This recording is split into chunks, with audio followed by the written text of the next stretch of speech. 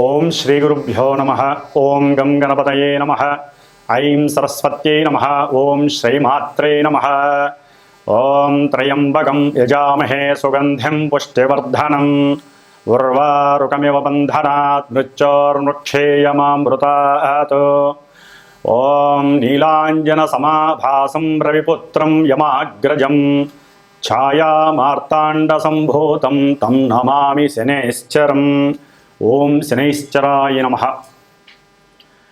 మనకి ఈ సంవత్సరం 2025వ సంవత్సరంలో మార్చి 30వ తేదీ చాలా విశేషప్రదమైనటువంటిది. ఎందుకంటే ఈ యొక్క రోజున మనకి ఉగాది కావటం, అర్ధరాత్రి మనకి 6 గ్రహాలు మీనరాశిలో సంచరిస్తూ షష్టగ్రహ కూటమి, ఆ తదుపరి పంచగ్రహ కూటమిగా మానవుల మీద, దేశం మీద, ప్రపంచం మీద ప్రకృతితో అనుసంధానం చెందినటువంటి గ్రహాల యొక్క వీక్షణలు ప్రకృతి మీద తన యొక్క ప్రకోపాలని చూపిస్తూ వైవిధ్యకరమైనటువంటి ఎన్నో రకాల ఫలితాలని మన మీద చూపెట్టబోయేటటువంటి సమయం చాలా తొందరగా ఆసనమైంది. అందులో ముఖ్యంగా మనం కర్మకి కారకుడైనటువంటి శని భగవానుడు అందులో చాలా పెద్ద హీరో పాత్ర వహిస్తున్నాడు. ఇప్పటి వరకు దాదాపుగా ఒక 6 సంవత్సరాల నుండి కూడా తన యొక్క స్వక్షేత్రాలైనటువంటి మకర రాశి మరియు కుంభరాశిలో ఎన్నో విధాలైనటువంటి నక్షత్రాలతో అనుసంధానమై తన యొక్క స్వక్షేత్రము, మూలత్రికోణము అయినటువంటి తన యొక్క సొంత ఇళ్లల్లో ఆయన ప్రయాణం చేస్తూ ఎంతోమందిని ఎన్నో రకాలుగా కాపాడుతూ, సరే ఎవరైతే పూర్వజన్మ కర్మాల్ని అనుభవించాలో ఆ కర్మలని అనుభవింపజేస్తూ ఆ శనీశ్వరుడు తన యొక్క మంచితనాన్ని అట్లాగే తన యొక్క ఇబ్బందుల్ని కూడా కలుగజేశాడు. మరి ఈ యొక్క మార్చి 30వ తేదీన శని భగవానుడు మీనరాశిలో సంచరించటం వలన మేషరాశి నుంచి మీనరాశి వారి వరకు ఆ యొక్క శని సంచారం వల్ల కలిగేటటువంటి ఏలినాడి శని ప్రభావాలు, అష్టమ శనిగ్రహ ప్రభావము, అర్ధాష్టమ శనిగ్రహ ప్రభావాలు ఏ విధంగా ఉంటాయో మరి మనం తెలుసుకుందాం. ముఖ్యంగా శని భగవానుడి గురించి మాట్లాడాలంటే చాలా ధైర్యం ఉండాలి, ఓపిక ఉండాలి, సహనం ఉండాలి. అట్లాగే మేము మాట్లాడితే చూసేటటువంటి మీలాంటి ప్రేక్షకులకి, వినేటటువంటి శ్రోతలకి కూడా చాలా మనోధైర్యం ఉండాలి. ఎందుకంటే గ్రహాల యొక్క వీక్షణలన్నీ కూడా చంద్రుడి మీద ప్రేరితమై ఆ చంద్రుడే మనకి మనస్సుగా రూపాంతరత చెంది ఉంటాడు. కాబట్టి మరి మనోనిగ్రహ అట్లాగే మనోస్థైర్యము మన శరీరాన్ని నిలబెడుతుంది. మన మనస్సు ద్వారా ఎన్నో ప్రకోపాలు లోపల వాత పిత్త శ్లేష్మ అనేటటువంటి త్రిగుణాత్మక రోగాలు కలుగజేసేటటువంటి దోషాలు మనలో ఉన్నాయి.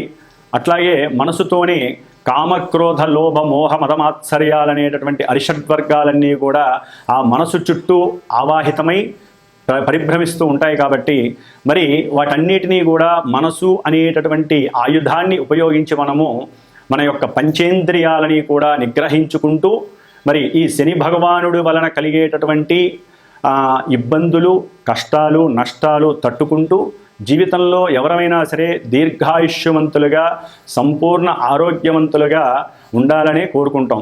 మరి ఈయన ఆయుకారకుడు, ఆయువుని ఇచ్చేవాడు ఈయనే. అట్లాగే ఉచ్ఛ్వాస నిశ్వాసాలకి అంటే మనం నిత్యము కూడా ఎన్నో లక్షల సార్లు మన యొక్క నాసికా రంధ్రాలతో ఈ యొక్క వాయువుని లోపలికి ఆక్సిజన్ ద్వారా పంపించి బయటికి కార్బన్ డైఆక్సైడ్ ద్వారా మనం వదులుతూ ఉంటాం. మరి కార్బన్ డైఆక్సైడ్ శని భగవానుడు క్లీన్ చేస్తేనే మనకు ఉన్నటువంటి లోపల చెడు బయటికి వెళ్ళిపోతూ ఉంటుంది. కాబట్టి ఆక్సిజన్ ఒకటే కాదు, కార్బన్ డైఆక్సైడ్ కూడా మన యొక్క ఉచ్ఛ్వాస నిశ్వాసాలు, మన ప్రాణం నిలబడటంలో సరి సమానమైనటువంటి తూకం కలిగి ఉంటుంది. కాబట్టి ఆ మహానుభావుడైనటువంటి శనైశ్వరుడు కలుగజేసే ఇబ్బందుల కన్నా ఆయన మన యొక్క దేహాన్ని నిలుపుతాడు. మన యొక్క మనస్సుకి ఏకాగ్రతని, సరైనటువంటి ప్రణాళికలు ఏ సమయంలో, ఏ నిర్దేశితంలో ఏ పని చేయాలి అనేటటువంటి దాన్ని ఒక క్రమబద్ధంగా వాటిల్ని రూపాంతరత చేసుకుంటే, అట్లాగే ఎవరితోనైనా మాట్లాడాలన్నా మనకున్నటువంటి ద్వాదశ రాశులు ద్వాదశ భావాలుగా ఎన్నో భావాలని మన మీద ప్రభావితం చేస్తూ ఉంటాయి. ప్రతి మనిషికి చిన్న లేదు పెద్ద లేదు. మరి ఈ యొక్క మానసిక చర్యలన్నీ కూడా ఆ శని భగవానుడి యొక్క అనుగ్రహం చేత మాత్రమే ఓర్పుని, సహనాన్ని, దయా దాక్షణ్యాలని, అట్లాగే అవతల వ్యక్తులతో మాట్లాడే స్వభావ లక్షణాలని బట్టి మనకి లాభాలు కలుగుతూ ఉంటాయి, ఆయువు పెరుగుతూ ఉంటుంది. ముందు ముఖ్యంగా ఈ శనిచరుడు మనసు మీద ప్రభావితం చేస్తూ ఉంటాడు. అంటే తను ఉన్నటువంటి నక్షత్రాల పరంగా ఎప్పుడూ కూడా ఏ గ్రహమైనా సరే తనంతట తాను ఏ రకమైనటువంటి ఫలితాలను ఇవ్వజాలదు అని శాస్త్ర ప్రమాణం.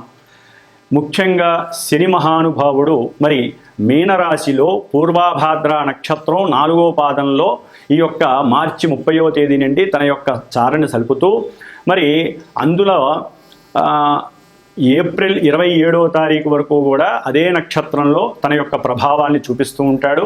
ఆ తదుపరి ఈ శని భగవానుడు జూలై 13వ తేదీన శని భగవానుడు తన యొక్క సొంత నక్షత్రమైనటువంటి ఉత్తరాభాద్ర నక్షత్రంలో ప్రవేశించి ఆ తదుపరి అక్టోబర్ 5వ తేదీన మీనరాశిలోనే పూర్వాభాద్ర నక్షత్రంలో వక్రగతిని ఆల్రెడీ శనీశ్వరుడు జూలైలో ప్రారంభం చేసి మళ్ళీ నక్షత్రపరంగా అక్టోబర్ 5వ తేదీన పూర్వాభాద్ర నక్షత్రంలో వక్రగతిని పొందుతాడు. మరి ఈయన మీనరాశిలో మరి రుజుమార్గం అంటే స్ట్రైట్ వేలో ఎప్పుడు వస్తాడంటే నవంబర్ 28 వరకు. మొత్తం మీద ఈ యొక్క శని భగవానుడు మీనరాశిలో ఉండటమే మన యొక్క కర్మలన్నీ నివృత్తి చేసేటటువంటి పరిస్థితి మనకు కలిగిస్తున్నాడు. పూర్వజన్మల్లో మిగిలి ఉన్నటువంటి పుణ్యాన్ని ఈ జన్మలో మనము దేవతా ప్రతిష్టల ద్వారా కానీ లేకపోతే ఆయన జలరాశిలో ప్రవేశిస్తున్నాడు కాబట్టి నదులు, బావులు ఇలాంటివి తవ్వటం ద్వారా కానీ, నదుల యొక్క అనుసంధానం చేయటం ద్వారా కానీ, అంటే కొంతమంది కీర్తివంతులైనటువంటి ప్రజానాయకులు ఉంటారు, పెద్ద పెద్ద గొప్పవాళ్ళు, వాళ్ళు ఈ విధంగా నదులు, చెరువులు వీటిని గనక కాపాడినట్లయితే శని భగవానుడి యొక్క ఆగ్రహం బదులు అనుగ్రహం కలుగుతుంది. అట్లాగే ఈ శని భగవానుడు మీనరాశిలో ఈ నక్షత్రాలలో అంటే పూర్వాభాద్ర నక్షత్రం, ఉత్తరాభాద్ర నక్షత్రం, ఆ తదుపరి రేవతి నక్షత్రం 3 నక్షత్రాలలో పరిభ్రమించడం వలన రకరకాలైనటువంటి దివ్యకరమైనటువంటి శుభాలు అశుభాలు కలిగే పరిస్థితులు ఉంటాయి. అట్లాగే ఈ యొక్క శని భగవానుడు మరి 30వ తేదీన మనకి మీనరాశిలో ప్రభావితం అవటం ద్వారా ఏ రకమైనటువంటి ఏ రాశుల వారికి ఏ రకమైనటువంటి ప్రభావాల్ని సూచిస్తాడనేది తెలుసుకోవడం. అట్లాగే ఈ శని భగవానుడు ఇప్పటి వరకు 30వ తారీఖు వరకు కూడా కొన్ని రాశుల వారికి ఏలినాటి, అష్టమ, అర్ధాష్టమ శని రూపాలతో వారిని ఎన్నో రకాల ఇబ్బందులు, కొన్ని మంచి చేసినటువంటి పరిస్థితి. ఇప్పుడు ట్రాక్ అనేది మారుతోంది, అంటే మీనరాశిలోకి మారుతున్నాడు. అంటే కొన్ని రాశుల వారికి ఈ యొక్క ప్రభావాలు తగ్గి కర్మ ప్రారంధాల నుంచి నివృత్తి జరిగి మరికొన్ని రాశుల వారికి ఈ యొక్క శనిగ్రహ ప్రభావం చేత మనకి కర్మని అనుభవించేటటువంటి మంచి శుభకరమైనటువంటి పరిస్థితులు కనిపిస్తున్నాయి. ముఖ్యంగా పూర్వజన్మ కర్మస్థితుల్ని ఈ జన్మలో పరిపూర్ణంగా అనుభవింపజేసేటటువంటి వాడు శని మహానుభావుడు.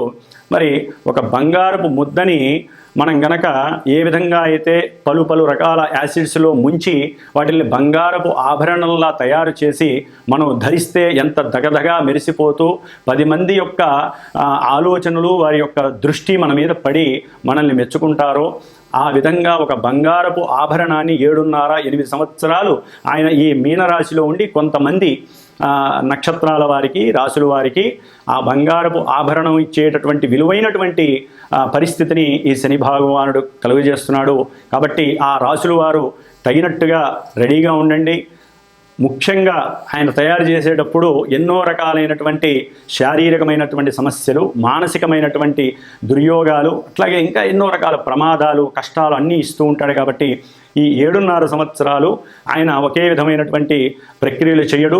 2.5 సంవత్సరాలు ముందు వెనక మధ్యలో రకరకాలైనటువంటి పరిస్థితుల్ని మానవుల మీద ప్రభావితం చేస్తూ ఉంటాడు. కాబట్టి ఆయన్ని శనీశ్వరుని ఉపశమించడం కోసం ఆయన యొక్క శాంతి మంత్రాలని బ్రాహ్మణుల చేత ఆయనకి సంబంధించినటువంటి వేద మంత్రాలతో ఘోషని గనక మనం జలరూపకంగా జపాలు, తర్పణాలు చేసి శనిగ్రహ హోమాలు చేసి అట్లయితే కనుక ఆ శనీశ్వరుడు చేసేటటువంటి విన్యాసాలు మన మీద తగ్గి ఆయన యొక్క ప్రకోపాన్ని, ఆగ్రహాన్ని మన మీద పడకుండా మన వరకు మనం అడ్డుదెర కట్టుకోవడానికి ఈ బ్రాహ్మణుల చేత చేయించేటటువంటి జప తపాలు, దానాలు, హోమాదులు కూడా చాలా చాలా పలు విధాలైనటువంటి పరిస్థితుల నుంచి మనకి ఇబ్బంది లేకుండా ఉపశమింపజేస్తాయి.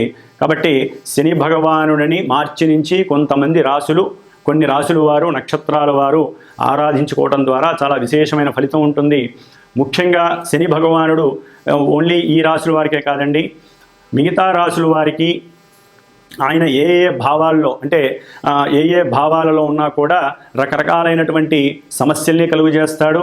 ఆ భావాలకి సంబంధించినటువంటి, ఆ నక్షత్రానికి సంబంధించినటువంటి మంచి స్థితిని అట్లాగే యుతిని కలుగజేసి ఎన్నో రకాల ఆపదల్ని కూడా పక్కకి నెట్టివేసే పరిస్థితి ఉంటుంది.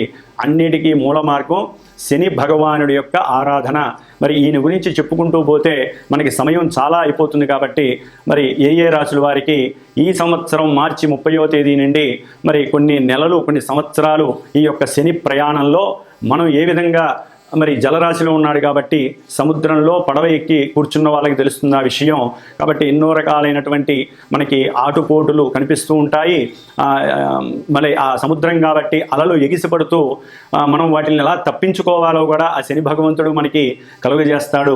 అన్నిటికీ మూల మార్గం ధ్యానము. ఎందుకంటే మీనరాశి అనేటటువంటిది రాశులన్నిటిలో కూడా మోక్ష మార్గాన్ని చూపించేటటువంటి రాశి కాబట్టి మరి దీంట్లో కర్మకారకుడైనటువంటి శని భగవానుడు ప్రవేశించేటటువంటి ఈ సమయం అందరికీ కూడా అనుకూలమైనటువంటి సమయంగా భావించండి.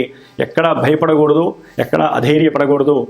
ధైర్యంతో ఆయన్ని గనక మనం మానసికంగా ఆరాధిస్తే, హనుమంతుల వారిని, పరమేశ్వరుణ్ణి గనక ఆరాధిస్తే మనకి శని యొక్క బాధలు లేకుండా తప్పించుకోవడానికి ఉత్తమమైనటువంటి మార్గాలు చాలా ఉన్నాయి. అవి పర్సనల్గా ఎవరైనా సరే వాళ్ళ యొక్క జాతకంలో ఉన్నటువంటి గ్రహస్థితిని బట్టి కూడా ఇప్పుడు ప్రజెంటు ఈ యొక్క గోచారంలో శని ఉన్నటువంటి నక్షత్రాలు, శని ఉన్నటువంటి రాశులలో సమన్వయం చేసుకుంటూ చెప్పించుకున్నట్లయితే ఇప్పుడు అందరూ చెప్పేటటువంటి ఈ యొక్క శనిగ్రహ ఇబ్బందికరమైనటువంటి ఫలితాలు ఏమీ జరగవు. ఎందుకంటే వారికి నడిచే దశలు, అంతర్దశలు వేరే ఉంటాయి, ఆ నక్షత్రాలు వేరే ఉంటాయి. కాబట్టి అందరికీ ఒకే రకంగా ఈ యొక్క ప్రభావాలు జరగవు. కాబట్టి ఇది విని కొంతవరకు ధైర్యాన్ని అట్లాగే ఉపశమనాన్ని పొందటానికి మాత్రమే ఈ యొక్క గోచారాన్ని, శనిగ్రహ ఫలితాలని మాత్రం వినాలని మనసారా కోరుకుంటున్నాను. కాబట్టి ఇక మేషరాశి నుంచి మీనరాశి వారి వరకు ఈ యొక్క శనిగ్రహ ప్రభావం ఏ విధంగా ఉంటుందో తెలుసుకుందాం. వృషభ రాశి వారికి మార్చి 30వ తేదీ నుండి దాదాపుగా ఒక 2.5-3 సంవత్సరాలు శని భగవానుడు ఉన్నతమైనటువంటి ఔన్నత్యాన్ని, అధికార యోగ్యాలని, రాజకీయ రంగంలో ఉన్నటువంటి వారికి ఉన్నతమైనటువంటి పదవులని, ఇప్పటి వరకు వెయిట్ చేస్తున్నటువంటి అంటే అధికారం కోసం రాజకీయ రంగంలో ఎన్నో సంవత్సరాలుగా దీర్ఘకాలికంగా వాళ్ళు ఎన్నో సంవత్సరాలు బట్టి శ్రమ పడుతూ ఉంటారు. మరి శని భగవానుడు కర్మని అనుభవింపజేయటంలో ముందుంటాడు. ఎన్నో సంవత్సరాలు వారు ఎన్నో తిరిగి ఉంటారు. వాళ్ళందరికీ కూడా యోగ్యకరమైనటువంటి కాలంగా భావించవచ్చు. ఎన్నో రకాలైనటువంటి వృత్తుల వారికి, ఉద్యోగంలో స్థిరత్వం లేనటువంటి వారి వృషభ రాశి వారికి స్థిరత్వం కలిగేటటువంటి పరిస్థితి ఎదురవుతోంది. అట్లాగే వారు ఏదైతే కోరుకుంటున్నారో ఉద్యోగపరంగా కానీ, ఉన్నతమైనటువంటి పదవుల కోసం కానీ అవన్నీ కూడా కొంత స్వయం శక్తితో, స్వయంకృతంగా ఎంత కష్టపడి, ఎంత ఓర్పుతో, సహనంతో మనం మాట్లాడే విధానం, ముఖ్యంగా వృషభ రాశి వారు మాట్లాడేటప్పుడు ఆచితూచి మాట్లాడండి. మీరు ఏది మాట్లాడితే అది అవతల వ్యక్తికి చాలా ఇంపుగా అనిపిస్తుంది, శ్రవణానందంగా అనిపిస్తుంది. ఎందుకంటే శని భగవానుడు లాభంలో ఉండి వృషభ రాశిని చూడటం అంటే వారు అంటే లోపల ఏమీ లేకుండా ఫ్రాంక్గా గనక మాట్లాడినట్లయితే ఎక్కడ కోపము, ఆవేశం, ఎందుకంటే మిగతా గ్రహాల వలన కలిగేటటువంటి కొన్ని ఇబ్బందికరమైనటువంటి ప్రలోభాలు, ప్రకోపాలకి మీరు లోను కాకుండా ఓన్లీ శని భగవానుడి యొక్క దృష్టి వృషభ రాశి వారి మీద తృతీయ దృష్టి పడుతుంది. కాబట్టి వారు గనక ఓపికగా అవతల వాళ్ళతో ఈ పని జరుగుతుంది అనేటటువంటి ముందే ప్రణాళిక ఏర్పాటు చేసుకొని సమయాన్ని అనుకూలంగా చేసుకొని కనుక వారి దగ్గరికి వెళ్ళి మాట్లాడితే వారికి మాత్రం లాభసిద్ధి కలగటంలో ఎటువంటి ఇబ్బంది లేదు వృషభ రాశి వారికి. మరి వృషభ రాశి వారికి శని భగవానుడు లాభంలో ఉండి మీనరాశిలో ఉండి 5వ స్థానమైనటువంటి కన్యని చూడటం ద్వారా వీరు కొంతమంది ప్రేమ వ్యవహారాలు అంటే ప్రేమ అనేటటువంటి మాటలో ఉన్నటువంటి కొంతమంది వాళ్ళకి సౌఖ్యం కలగడానికి, అభీష్టం సిద్ధించడానికి అవకాశం ఉంటుంది. కాకపోతే కొంత ఆర్థికపరమైనటువంటి ఖర్చు కూడా చాలా అధికంగా ఉంటుంది. కొన్ని సమస్యలు వచ్చే పరిస్థితి కూడా ఎదురవుతుంది. ఏదేమైనప్పటికీ మానసిక ఆలోచన దీంట్లో చాలా పాటించాలి. ముఖ్యంగా అష్టమ స్థానమైనటువంటి ధనుస్సు రాశి మీద వృషభ రాశి వారికి ఈ యొక్క శని దృష్టి పడుతోంది కాబట్టి ఎన్నో రకాలైనటువంటి ఆటంకాలు, చేసే పనుల్లో కార్య విఘ్నాలు కలగడానికి ఎక్కువ అవకాశాలు ఉంటాయి. కానీ వారు తమ అనుకున్నటువంటి పని లాభకరంగా సిద్ధించుకోవాలని గట్టిగా, ఎందుకంటే శని భగవానుడు సంకల్ప సిద్ధిని గట్టి చేసేవాడు. ఏకాగ్రతకి మారుపేరు ఎవరంటే శని భగవానుడు. అవన్నీ ఆయనకి ఆ ఓపికతో చేసుకొని మీరు గనక ఒక అర్జునుడు బాణాన్ని ఏ విధంగా అయితే పక్షి గుడ్డు మీద పెట్టాడో మీ యొక్క ఏకాగ్రత కూడా ఆ పని మీద, చదువుకునే విద్యార్థులు అయితే దాని మీదే పెట్టాలి. అట్లాగే పనిచేసేవాళ్ళు వృత్తిలో, లేకపోతే కార్మికులు, లేకపోతే ఎన్నో శాఖల్లో ఉన్నటువంటి మంత్రులు కావచ్చు, లేకపోతే సినిమా పరిశ్రమల్లో ఉన్నటువంటి వారు కావచ్చు, న్యావీ రంగంలో ఉన్నవారు కావచ్చు, ఇట్లా ఏ రకమైనటువంటి వృత్తులు చేపట్టిన వారైనా ఎవరైనా సరే వృషభ రాశి వారు స్వయం శక్తితో, ఏకాగ్రతతో, మంచి ప్రణాళికలతో, మంచి వాక్కుని కనుక ఆ శని భగవానుడి ద్వారా ప్రసాదించమని కోరుకొని వెళ్ళే ముందు ఆ శనిని తలుచుకొని, శని భగవానుడిని తలుచుకొని కనుక మీరు అవతల వ్యక్తితో మాట్లాడితే కార్యసిద్ధి మీకే కలుగుతుంది. ఆకస్మికంగా ఎన్నో లాభాలు కలిగే అవకాశాలు ఉంటాయి. వృత్తి ధర్మంలో ఈ వృషభ రాశి వారికి అనుకోకుండా ప్రమోషన్లు వస్తాయి. వారు చిన్న పనే చేస్తారు కానీ అధిక మొత్తంలో గవర్నమెంట్ అవార్డ్స్ అందుకునే పరిస్థితులు ఎదురవుతున్నాయి. కాబట్టి విద్యావంతులకి అభీష్టమైనటువంటి సిద్ధి కలుగుతుంది. ఉన్నత విద్యలకి వెళ్ళాలి అనుకున్న వాళ్ళకి ఆకస్మికంగా తండ్రి వలన సహకారం అందుతుంది. అట్లాగే ఏదైనా బ్యాంకులకు వెళ్ళి అప్పు చేద్దామన్నా సరే తొందరగా పనిచేసేటటువంటి శక్తి శని భగవానుడు మీకు ఇస్తున్నాడు. కాబట్టి ఉన్నతమైనటువంటి చదువులకు వెళ్ళే వాళ్ళు కూడా మహత్తరమైనటువంటి యోగ్యకరంగా భావించవచ్చు. ఏది ఏమైనప్పటికీ శని భగవానుడి యొక్క దృష్టి గొప్పది, ఆయన ఉన్నటువంటి స్థానం గొప్పది. కానీ ఆయన నక్షత్రాలు మారినప్పుడల్లా కొన్ని సమస్యలు ఎదురవుతూ ఉంటాయి. వారి జాతకంలో ఉన్నటువంటి పరిస్థితుల వల్ల కూడా ఒక్కోసారి ఈ చెప్పినటువంటి లాభాలన్నీ నష్టాలుగా కూడా అయ్యే పరిస్థితులు ఉంటాయి. కాబట్టి ఏదైనా సరే మూఢనమ్మకంతో లేకపోతే ఏదో గుడ్డితనంతో వెళ్ళకూడదు. చాలా సాధకుడిలాగా పనిచేయాలి. ఒక పని చేసేటప్పుడు ముందు ప్రశాంతమైనటువంటి చిత్తతతో, అంటే మనసుని ఏకాగ్రతతో చేసి ప్రశాంతంగా కూర్చొని, ఎందుకంటే శని భగవానుడు యోగాభ్యాసానికి గురువు. ఒక యోగం కూర్చొని 10 నిమిషాలు ఎవరైనా సరే దైవ పూజ చేయాలన్నా, లేకపోతే కూర్చొని ఏకాగ్రతగా కళ్ళు మూసుకుంటే మనకి ఏవేవో రకరకాలుగా కళల్లోకి వస్తాయి. కాబట్టి ఆ ఏకాగ్రత రావడం అంత విశేషమైన కాదు. అందుకని ఎవరైనా ఒక పనికి వెళుతున్నా, ప్రయాణానికి వెళుతున్నా, ఎవరితో అయినా మాట్లాడాలనుకున్నా ఏకాగ్రతమైనటువంటి చిత్తంతో కూర్చొని ఆ శని భగవానుని కనుక ఓం శనైశ్చరాయ నమః అని మనసులో ఒక 19 సార్లు అయినా సరే అనుకొని ఆయన ఆజ్ఞ అనుగ్రహం పొందితే గనక అభీష్టం మీదనే చెప్పుకోవచ్చు. ఏదేమైనప్పటికీ వృషభ రాశి వారు చాలా అదృష్టవంత కూడా ఈ 2 సంవత్సరాలు 3 సంవత్సరాలు అనుభవించే యోగం కలుగుతుందని చెప్పచ్చు. విశేషమైనటువంటి బంగారపు ఆభరణాలు కలుగుతారు. ముఖ్యంగా ఈ గనులు, లేకపోతే రాజకీయ నాయకులు, అట్లాగే లాయర్లు, లేకపోతే డాక్టర్ వృత్తి వాళ్ళు, వైద్యాలయాలకు సంబంధించినటువంటి సిబ్బంది, శ్రామికులు ఎవరైతే వైద్యాలయాల్లో పనిచేస్తూ ఉంటారో ఆ శ్రామికులకి ఉన్నతమైనటువంటి పోస్టులు వస్తాయి. నర్సులు కూడా ఉన్నతమైనటువంటి చదువులు చదివి వేరే దేశాలలో ఆ నర్సులు కూడా పెద్ద పెద్ద డాక్టర్లు అయ్యేటటువంటి పరిస్థితులు, డాక్టరేట్లు, ఇట్లా ఎన్నో రకాలైనటువంటి లాభాలు ఈ వృషభ రాశి వారికి చక్కగా కనిపిస్తున్నాయి. ఏదేమైనప్పటికీ వృషభ రాశి వారు లక్ష్మీదేవి పొందాలంటే నిత్యము వారు లక్ష్మీదేవి స్తుతి చేయండి. శనీశ్వరుడు లాభం ఇస్తున్నాడు కదా అని చెప్పి వదిలేయకుండా ప్రతి నిత్యము ఆ లాభము దినదిన వృద్ధి జరగటానికి శనీశ్వరుని యొక్క మంత్రాలక్కర్లేదు కానీ శనీశ్వరుని యొక్క శ్లోకాలు, స్తోత్రాలు చదవండి. లేదా అట్లీస్ట్ ఓం శనైశ్చరాయ నమః అనేటటువంటి మంత్రాన్ని మనస్ఫూర్తిగా మీరు కనుక చదువుకున్నట్లయితే వీరికి అన్ని రకాలుగా వృద్ధి కలుగుతుంది. మానసికంగా ప్రశాంతంగా ఉంటారు. అది ఉంటే అన్ని పనులు సద్వినియోగం జరుగుతాయి. ఓం శ్రీమాత్రే నమః.